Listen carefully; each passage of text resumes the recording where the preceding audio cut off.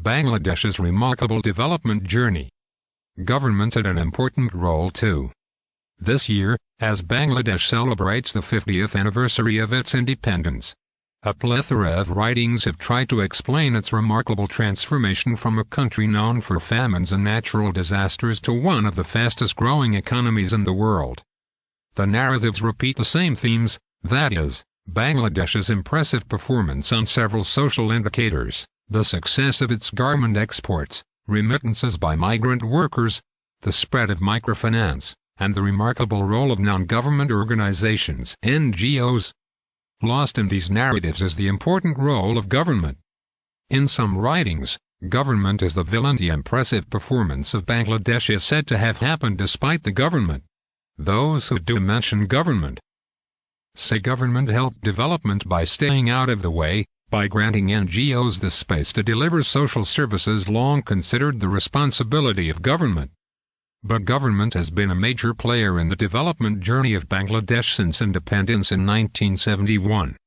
By ignoring this perspective, most narratives on Bangladesh have missed an opportunity to demonstrate how a government, weak in many respects, can nonetheless make strategic contributions to development over a prolonged period.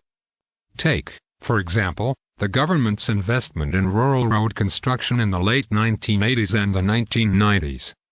By the mid-1980s, the country had a good network of roads linking the medium-sized cities to the larger ones, including the capital Dhaka and the major port city, Chittagong. However, rural Bangladesh suffered from poor connectivity. Most roads linking the villages with one another, and with the cities, were not paved and not accessible throughout the year. This situation was remarkably transformed within a span of 10 years. From 1988 to 1997, with the construction of the so-called feeder roads. In 1988, Bangladesh had about 3,000 kilometers of feeder roads. By 1997, this network expanded to 15,500 kilometers. These last-mile all-weather roads helped connect the villages of Bangladesh to the rest of the country. The origins of this transformative road construction program may be traced to a 1984 paper by the Bangladesh Planning Commission. The paper, Strategy for Rural Development Projects, took a hard look at past rural development projects. It concluded that these projects had failed to achieve their professed goal of alleviating rural poverty. The reason? Too much focus on agricultural growth, ignoring the importance of rural infrastructure. The strategy paper argued that future rural development efforts should also include physical infrastructure such as roads, storage facilities, and marketplaces. This helped catalyze the rural road infrastructure program mentioned earlier. Something else was brewing at that time, which had a far-reaching impact in rural Bangladesh. After ups and downs in the 1960s, the production of rice, the country's main crop, moved to a trajectory of modest, but sustained, growth from 1972. Use of high-yielding varieties of rice, first introduced in the 1960s, expanded. Also, aided by irrigation, there was a significant expansion of rice cultivation in the dry winter months. As the transformative potential of irrigation and rice got recognized, the government started liberalizing agricultural input markets in the 1980s. It removed certain restrictions on the import of pumps and small diesel engines used for irrigation, and privatized the distribution and import of fertilizer, a key input for rice cultivation. While experts recommended bolder reforms, the government initially moved slowly with small, incremental reforms. However, a slowdown of agricultural production in the mid-1980s led to a government review that recommended more substantial reforms. These started in the late 1980s and continued in the early 1990s. Meanwhile, in the industrial sector, two policy innovations in the mid-1980s: the back-to-back letter of credit and duty drawback facilities through bonded warehouses removed two major constraints for the country's fledgling garment industry. The first allowed a garment manufacturer to obtain letters of credit from domestic banks to finance its import of inputs, by showing letters of credit from foreign buyers of garments. The second reimbursed manufacturers the duty paid on imported inputs on proof that the inputs, stored in bonded warehouses, had been used to manufacture the exports. These policy actions had a significant economic impact. The long-run trend in crop production shows a major inflection point around the late 1990s, early 2000s.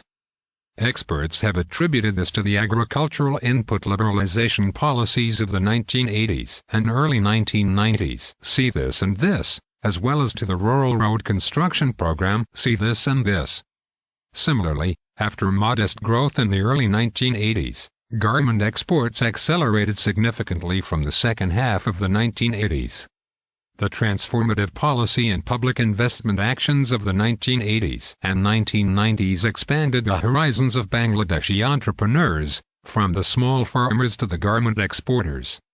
The acceleration in garment exports helped the country earn valuable foreign exchange and maintain macroeconomic stability. But, because the bulk of the garment workforce was rural women, this also resulted in a huge infusion of funds to rural Bangladesh. This was complemented by remittance inflows from migrant Bangladeshi workers, which increased sharply from the start of the century, from $1.7 billion in 1997 to over $15 billion in 2014. The increased incomes in rural Bangladesh also supported the growth of rural non-farm activities, which expanded significantly alongside agricultural growth. This story of policy actions leading to transformative change has continued in subsequent decades. For example, liberalization of telecommunications starting in the early 1990s has led to mobile phone subscriptions exceeding population size by 2019. A power sector program after 2010 has helped increase power generation capacity from 3,700 megawatts in 2007 to 13,000 megawatts in 2019. And a 2011 regulatory reform allowing mobile financial services has led to a 15-fold increase in the value of mobile monetary transactions between early 2013 and the end of 2020. The government in Bangladesh does not score well on conventional indicators of transparency or effectiveness. And yet, successive governments have shown an uncanny ability to respond to nascent developments in the economy with policy actions that trigger transformative change. In many cases, the liberalizing policy actions by an administration serve to undo what previous administrations had done years, decades, or even centuries ago. For example, it was the government that took on the responsibility to procure and distribute agricultural inputs in pre-independence times, and it was the government that did away with this monopoly in the 1980s. Nonetheless, the willingness of different administrations to move away from well-entrenched policies that they had inherited is commendable. Some policy actions of the Bangladesh government were influenced by development partners through their conditionalities, advice, and persuasion, but often not at the speed desired by the external actors. This had frustrated the latter and had created an image of a government that is slow to reform. However, successive governments in Bangladesh seem to have been inspired by Frank Sinatra's immortal song "They chose to do things their own way." There have not been any big bang reforms in Bangladesh, but no serious reversals either. The approach has been that of incremental, but steadily deepening, reforms. The government took some actions, saw what the market response was, and took further actions. This approach may not have been appreciated at all times, but its results are now being recognized. What may set Bangladesh apart from many other developing countries is the supply response to policy actions. Such supply response is by a variety of economic actors, such as farmers, industrial firms, and traders, in turn, generated demand for further policy actions which were often forthcoming. Such synergy between public policy actions and the entrepreneurial activities of economic actors has played out again and again in the last few decades.